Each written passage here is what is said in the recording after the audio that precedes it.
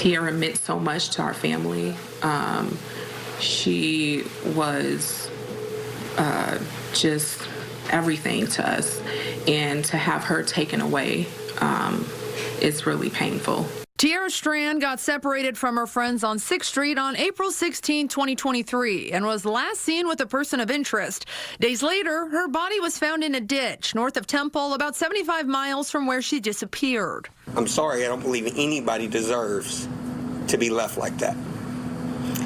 And so this person of interest is the last person we know that is with Tiera Strand. Thursday, investigators released multiple videos from that night, hoping they help piece together her final hours. We have been working through several of these agencies trying to help us to get this gentleman identified.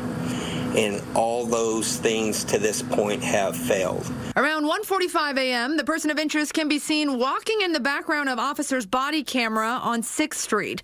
In another clip, he's seen speaking with two women around 2 a.m., appearing to ask for their phone number. We're hoping that this video would spark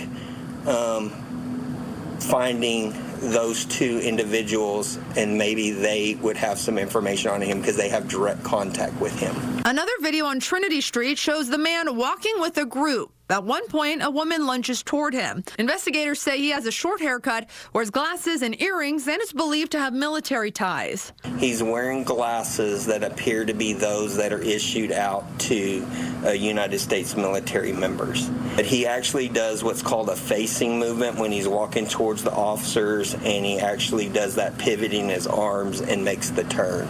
That is military. In multiple videos, he's seen smoking, with Strand following close behind as they head toward San Jacinto and later toward the interstate.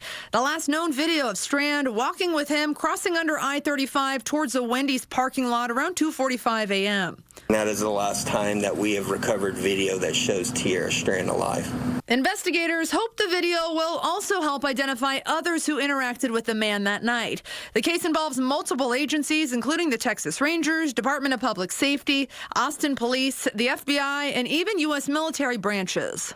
He is a person of interest because there is a time gap. We need to identify him and find out who he is. And we just believe that the public may have some information that can help us. Maybe they saw him, maybe they've seen him at other times down there.